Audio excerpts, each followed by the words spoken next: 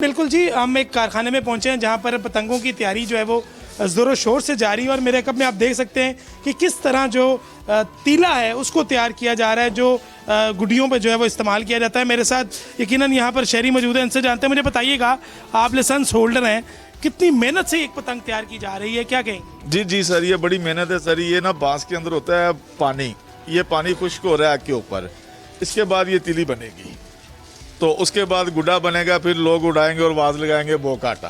अच्छा, मुझे बताइएगा, ये इसको अभी जलाया जा रहा है और इसको कलर को ज़ाहिर तब्दील किया जा रहा है बांस को, और इस बांस की फिर कटाई भी होगी? जी जी सर, ये कलर तब्दील नहीं हो रहा है, ये बांस ना जल रहा है, ठीक है। इसके अंदर जो पानी नमी है वो खुश्क हो रही है, ठीक है। उसके बाद अगर वैसे बनाएंगे तो वैसे पतंग जो है ना वो अच्छी नहीं बनेगी। इरफान साहब, ये नमी को क्यों खुश्क किया जाता है? सर, इसके अंदर पानी जब खत्म होगा तो फिर ही तीला अच्छा बनेगा। जब तीला अच्छा बनेगा तो गुड्डा अच्छा बनेगा, गुड्डा अच्छा बनेगा तो लोग मजे से उड़ाएंगे। और अब मुझे ये बताइएगा, अभी तक कितने गुड्डे जो हैं वो तैयार कर चुके हैं? यकीनन कारखाने के अंदर भी जाएंगे और देखेंगे कि किस तरीके से जो है वो तैयारी मुकम्मल की जा रही है, लेकिन अभी तक कितने गुड्डे पतंगे जो हैं वो तैयार की जा चुकी है? सर, अभी तक तकरीबन कुछ 4-5 हज़ार बना चुके हैं हम लोग, लेकिन हमारे पास टाइम शॉर्ट था। आपने बात सुनी है, और यकीनन ये तैयारी जो है वो इब्तिदा है यहाँ से पतंग तैयार करने के हवाले से।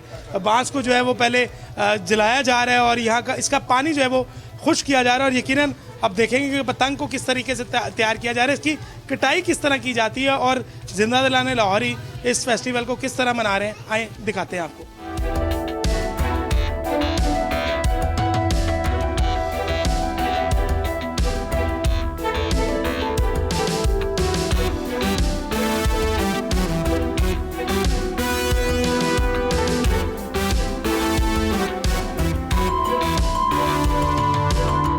जी नाज़रीन, इस वक्त हम एक कारखाने में पहुंचे हैं जहां पर पतंगे जो हैं वो तैयार की जा रही हैं और तमाम तर तैयारियों को ख़त्मी शक्ल जो है वो दी जा रही है। मेरे साथ यकीनन यहाँ पर जो पतंगे तैयार कर रहे हैं कारीगर वो भी मौजूद होंगे, उनसे भी बात करेंगे। और मेरे अकब में आप देख सकते हैं कि कितनी खूबसूरत पतंगे जो हैं वो तैयार की जा रही हैं। मुख्तलिफ रंगों में जो है वो इनको सजाया जा रहा है और मुख्तलिफ टैग जो है वो लगाए जा रहे हैं। मेरे साथ इरफान साहब मौजूद हैं, इनसे जानते हैं। आमिर साहब, मुझे बताइएगा कि किस तरीके से जो है वो तैयारियों को मुकम्मल किया जा रहा है, और अब तो चंद दिन जो है वो बाकी रह चुके हैं, तो क्या तैयारियां जो है वो की जा रही हैं? काम का तो काफ़ी ज़ोरों शोर है और लोग इतने का ऑर्डर आ रहे हैं, लेकिन हमारे पास गुड्डी नहीं इतनी पूरी हो सकती कि हम इतना गुड्डा कहाँ से करके दें पूरा।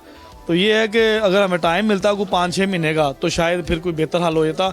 और तमाम मेकर्स को, खाली हमें नहीं, तमाम मेकर्स को अगर टाइम मिलता ना कोई 2-4 महीने का तो शायद फिर गुड्डी ज़्यादा हो जाती, वाफर मकदार में हो जाती। अभी हम बाहर से सारी गुड्डी उठा रहे हैं जो ज़्यादातर लोग। बताइएगा, गुड्डी तो तैयार कर रहे हैं, गुड्डी की प्राइस क्या है? क्या इकोनॉमिकल प्राइस पे शहरियों को फ़रोख्त करेंगे कि जो है वो सोचा हुआ है कि मैंने अच्छा मुनाफा कमाना है? नहीं जी, देखिए, अच्छा मुनाफा अब इतना भी नहीं हो सकता कि अगले बंदे को हम उड़ाने का मौका ही ना दे। हमने ये 1.5 तावा जो बनाए हैं, हमने ये 250 रुपये का बेचा है, और जो तावा है वो हमने 150 का बेचा है। ये 1.5 तावे का साइज है जी, 1.5 तावा। इसका साइज भी बताइएगा। किस 48 बाई 32 है ये। 48 इसकी कमान है और 32 इसका गाज है। हुकूमत की जानिब से ये कहा गया है कि SOP के तहत जो है वो तैयार किया जाए। ये हमारे पास इसका वो ये हमारी स्टैंपें वगैरह जो उन्होंने हमें SOP के अंदर दायरे में रह के QR कोड जी QR कोड है इनका। ये हर पतंग पर जो है वो QR कोड होना ज़रूरी है। अगर ये QR कोड नहीं होगा तो वो फेक तरीके से, जैली तरीके से जो है वो पतंग तैयार की गई होगी। मुझे बताइएगा, ये किस तरह आइडेंटिफाई किया जाएगा? खुदा ना खास्ता अगर कोई हादसा पेश आता है तो पतंग पे आपका ये होगा, लेकिन हादसा तो डोर के बाइस पेश आता है। तो इस हवाले से क्या हुकूमती नुमाइंदों से आपकी बात हुई, वो क्या कहते हैं? असल में जो डोर से होगा ना, तो वो डोर वाला भी QR कोड दे रहा है। मोटी डोर जहाँ से जिस छत से उड़ेगी तो वो उसको पकड़ के ये तो पूछ। पतंग पे QR कोड लगाने का मकसद क्या है? ये इनके इसका साइज जो है वो हम बड़ा ना बनाएं, कि अगर बड़ा साइज होगा तो वो हमें पूछेंगे। तो हम 1.5 तावे का जो साइज SOP के दायरे में है हम उसी में बना रहे हैं।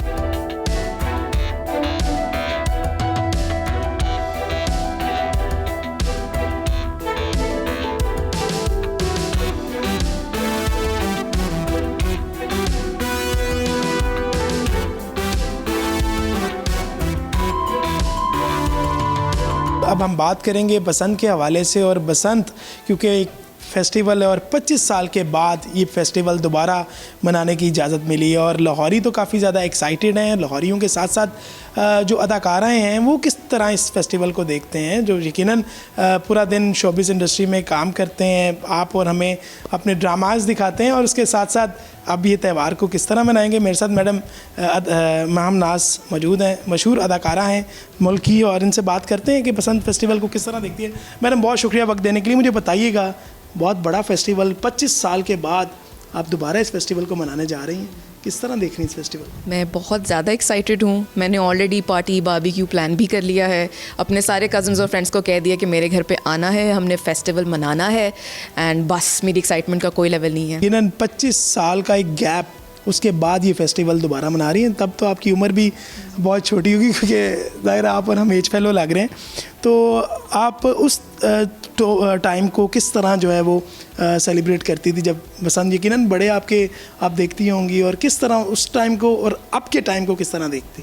अच्छा, उस वक्त तो मेरे दादी के घर होते थे हम लोग सारे कज़न्स बचपन में, तो हम लोग छत पे जाते थे। फुल मेरा एक कज़न था, वो बड़ा वाला स्पीकर रखता था, म्यूज़िक हम लोग लगाते थे, और जितने भी नेबर्स होते थे ना उनके साथ यही होता था कि उसकी पतंग काटनी है, उसकी पतंग काटनी है। तो वो बड़ा एक त्यौहार होता था। फिर मेरी जो कज़न्स थी, हम लोग शाम को दिए भी जला लेते थे। तो बसंत का festival was a proper festival मेरे बचपन में, जितनी मेरी मेमोरी है। सब्सक्राइब करें और बेल दबाएं ताकि कोई खबर रह न जाए।